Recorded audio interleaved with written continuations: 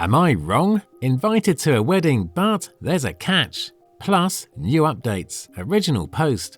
I was so happy to see a wedding invitation in my mailbox. I pulled it out and a little note fell out on an index card. But I looked at the invitation first. It was truly beautiful, and I immediately stuck it to my fridge, like the work of art it was. It was addressed to my husband and me, and I was beyond stoked. I love weddings. I tend to get teary-eyed and smile until my face hurts at the joy of new beginnings and all the love. I was even a wedding singer. That's how much I love them. I picked up the note card and read that, while my husband was invited, I'd be in another room, helping to babysit all the children there with several other female invitees. There's a special room for children at the church, and that's where I'd be for everything. I'd still need to dress for a wedding in case I wound up in any of the photos, but I'd be taking my reception meal with the children, and I'd be with all the kids for the ceremony. Then there was a link for their gift registry. Oh, and the meals for my husband and myself would be $100 each, and we have a link to pay it when we digitally RSVP. The first problem here is that I am disabled at 50 years old. Legally, I use oxygen. I use a walker when I need to walk long distances. I sometimes have to give up the walker entirely and use a wheelchair. I'm not proud of it, but there it is. I could happily sit in a room and look at kids, but I'd be pretty useless to prevent a fall or stop a child from choking or anything else that would require me to move quickly. Second, my husband isn't the one who has been friends with these people since childhood. I am. Why would he be invited to watch the ceremony and be part of the reception, but not me? My husband said he'd happily watch the kids and let me attend the wedding and reception, but the invitation specified that only other female invitees would be watching the kids, so I doubt they'd let him. Is this a normal thing at weddings now? Do you pick guests to babysit other guests' children? Should I call them up and explain my health situation, even though they already know it, and visit me during my multiple hospitalizations every year? I hate having to pull the health card, but honestly, what were they thinking? I confess that I feel offended and hurt, but I'm nothing more than a babysitter to them, who is expected to pay for my supper and babysit for free. Would I be wrong to simply tell them we won't be able to attend and to find another sitter? And if we don't go, do we still send a gift? Updating to address some questions. I know these folks because my mum, RIP mum, and the bride's grandma were besties. So I grew up with the bride's mum as an almost sister to me. We went to school together, graduated together, worked at the same place twice, and have been super close since. The bride is like a goddaughter. At least, I thought she was. I'm gobsmacked here. The church where they are getting married is a Southern Baptist church. They aren't members. None of us are overly religious. They just liked the venue and booked it. I've never been inside, but it's lovely on the outside, and apparently it has a childcare room that is big enough for a bunch of women with kids to hole up comfortably for a wedding and reception. We're all American. The groom's family is related to my family via marriage, and the bride and groom met at my house at a cookout a few years ago. I've always been very close to the bride's family though. I knew there had been a proposal. I got FaceTimed about 10 minutes after it happened, and my husband and I cried and laughed and wished them well and oohed and ahed over their story and the ring. I was expecting an invitation, sure, but not like this. The last time I had lunch with the bride's mum, she told me they're inviting around 200 people. So it'll be a large wedding with, I'm assuming, a ton of children. No, I don't hate kids. I love kids. I would have loved to have kids of my own, but my body just wouldn't do it. It took 2 miscarriages and a stillbirth to finally make me accept that it wouldn't happen for us. We are in the process of adult adopting 2 young adults that we brought into our home when we found out they were kicked out and homeless at 18. They've lived with us for years and we're making it legal. They call us Mum and Pop, and we're a family. I'm still considering my options. I've started and deleted multiple emails to the bride's mum. My nerves are raw right now, and my tone isn't the kindest. I want to keep it all in writing so there can be no he said, she said. I plan to ask if they incorrectly sent me the note about babysitting, since they know I physically cannot do that. But every inception of the email led with, "What the F, Donna?" so I need to think about it some more. Thanks for all the comments. I'm reading them all. Now for the updates. Update 1. I spoke to my friend, the mother of the bride, and I'm pretty upset. I've been bawling for most of the day. She called and said that they were getting a lot of backlash from the wedding guests. No one wants to pay $100 for dinner, and only 3 of the women asked were okay with babysitting. I told her I understood that the guests were upset because it's just tacky to 1, be asked to pay, and 2, be told you're invited, but only to babysit. I told her I would not be a babysitter at all. No, just no. She got mad and brought up how we were lifelong friends. She said I'd be helping them more by babysitting than I'd be helping by simply sitting in a pew watching. I reminded her that I couldn't physically help at all due to, being legally disabled. She said they completely understood that and expected me to simply supervise the other sitters since they trusted me the most. Again, I told her that I felt it was insulting to be voluntold, thanks Reddit for that word, that I'd be babysitting and that I had no desire to do that, especially not dressed in formal wear.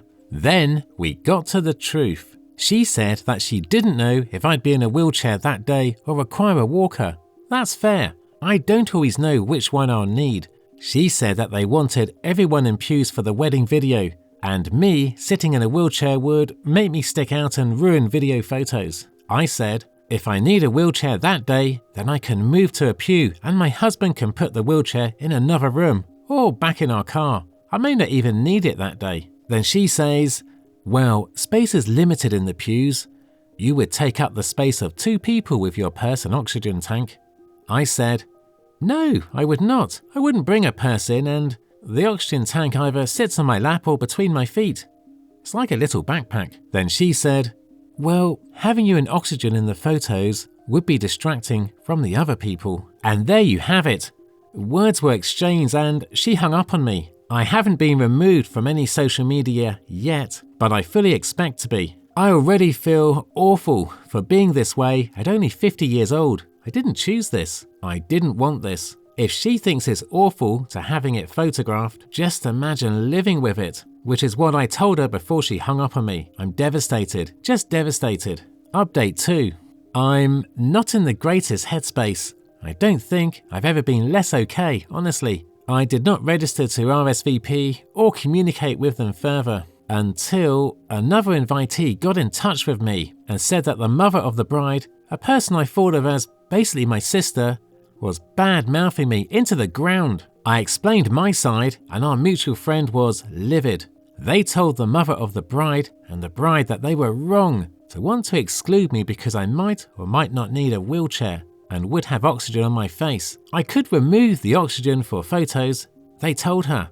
So the mother of the bride sent me a message saying, and I quote, well, if you're going to be butthurt about the aesthetic we want to achieve and try to turn other guests against us, then you can effing come and sit in a pew, but not in photos. And we'll try to get the videographer to do edits to the wedding vid too, but I won't forget how you made this difficult for us. I replied, how did I make it difficult other than existing? She replied, you clearly told effing about what I told you regarding your wheelchair and oxygen, and she's telling everyone else. We're getting a ton of hate. I said, she asked me if I was attending, and I told her no and explained why. I didn't lie to her. I told her exactly what you said. You didn't tell me not to tell anyone your reasons. If they're valid reasons to you, then you shouldn't care who knows. So, I'm now blocked by the bride, the mum, the dad, and the groom. A friendship I've had my entire life is over. A goddaughter that I help nurture and care for is just gone now. We pay for the bride's car insurance, gas and cell phone all through high school and college because we wanted her focused on just her studies and not a part-time job. Her parents got her a car but insisted she work, but her grades fell when she did and we helped her. And this is how they thank us. This is how they repay our kindness. I guess I'm a great friend when I'm giving money, but I'm not good enough to be seen. I felt like a burden my whole life and this has set me back so far. I'm just not okay. Update 3. Apparently, my post sort of went viral because it was on Fox News and a site called Bored Panda. A few mutual friends reached out and asked if it was me, and I admitted that it was. They were told something completely different about the situation. The bride's mother told them that I refused to come because of my health difficulties, and that I was afraid I would ruin the wedding and declined the RSVP. She even claimed that she had been begging me to attend ever since the engagement happened, which is a bold-faced lie. I am the one who organised and paid for the after-engagement party, so they could announce the happy news to everyone, and I was clear to everyone that I couldn't wait to attend the wedding. So I sent screenshots, photos of the invitation, and the note card telling me I'd be babysitting, and then the showdown where I was told I could sit in the pew and just be edited and out of the video and would not be in any photos. I also posted it on Facebook and shared receipts there too. Well, World War III has officially commenced. Granted, I'm getting this all third and fourth hand, but here's the latest. Word has spread fast. Links to the news article have made it all over the place. And I've been told that the few ladies who had agreed to babysit have backed out and asked if there was something wrong with them that would not make them fit to sit in the pews or be in the photos. And I think that's probably the case, since 2 of them have unnatural hair colouring and the other has facial piercings. The church that was booked at the venue have been notified, and I'm hearing it's probably not going to happen there because the pastor's daughter is wheelchair bound after a car accident. He was going to officiate, but now he says he's conflicted about it and the message it would send. My ex-friend and the bride have blown up my husband's phone because I blocked them after this went public. They blocked me first on all of the social media spots, and he let it go on for a few days to see what they had to say. He has blocked them, but the bulk of it is that I'm jealous. Well, I was never blessed with any children of my own, so that's why I'm ruining this for them. I'm hurtful and vile and vindictive because I hate them for their clear health. I mentioned that the groom is related to me by marriage, right? That whole branch of the family tree has now divided itself with some on my side and some on the bride's side. The groom hasn't contacted us at all, but his mother did and told me that I was wrong for sharing personal business and that I need to let the bride have her wedding how she wants it. I don't agree that I did anything wrong here. I can't help that I'm sick. They've made me feel like utter trash. That should just be tossed into the landfill. I hurt. I literally ache because of this. So, hi Donna, my ex-best friend and practical sister. If you're reading this, you devastated me. I'm not okay. I don't know that I'll ever be okay again. I invested time and money into both you and your daughter. I gave you both a home when your marriage was messed up. I never charged you rent or asked for help with groceries or utilities. For over a year, you lived in our home and we paid your way, so you are wrong to treat me this way. My oxygen mask and possible need for a wheelchair should be the last thing on either of your minds, because what matters most is that I, feeling as bad as I normally do, was still going to put on my best dress, make myself look presentable, plant a smile on my face through my pain, and show up for you like I always have, but I never ever will again. If people noticed me in your photos at all, it would have been because I had the biggest and most proud smile of anyone there, and they'd see the love I had for you radiating off the image. You will regret this one day when I'm gone, and you realise that there are more important things in life than a perfect photo. Story 2. Would I be the arsehole for refusing to raise my husband's affair children now that he and the woman he cheated with passed away? Sorry for using a new account, I know that's a red flag, but I don't want to risk using my old Reddit account. Myself, 45 female, and husband, 49 male, of 23 years, had an affair with a 27-year-old girl since 2020. I found out this year when his affair partner gave birth to twin boys in March. Obviously, we were going to divorce. We've been hashing things out since. It's been a lengthy process due to some properties in common. And we needed to get an accountant since he used the shared account for his affair. Finally, things seemed to be getting close to the end when both my husband and the woman he cheated with were killed in a car crash. By some miracle, the twin babies were not harmed in the crash. Now they are orphaned, and neither set of grandparents can take them in permanently. My husband's parents are both in assisted living. He has no siblings, and the only aunt that could take them refuses. She's been child-free her whole life. On the woman's side, I'm not sure the details in full, but her parents are also not able to be involved long-term.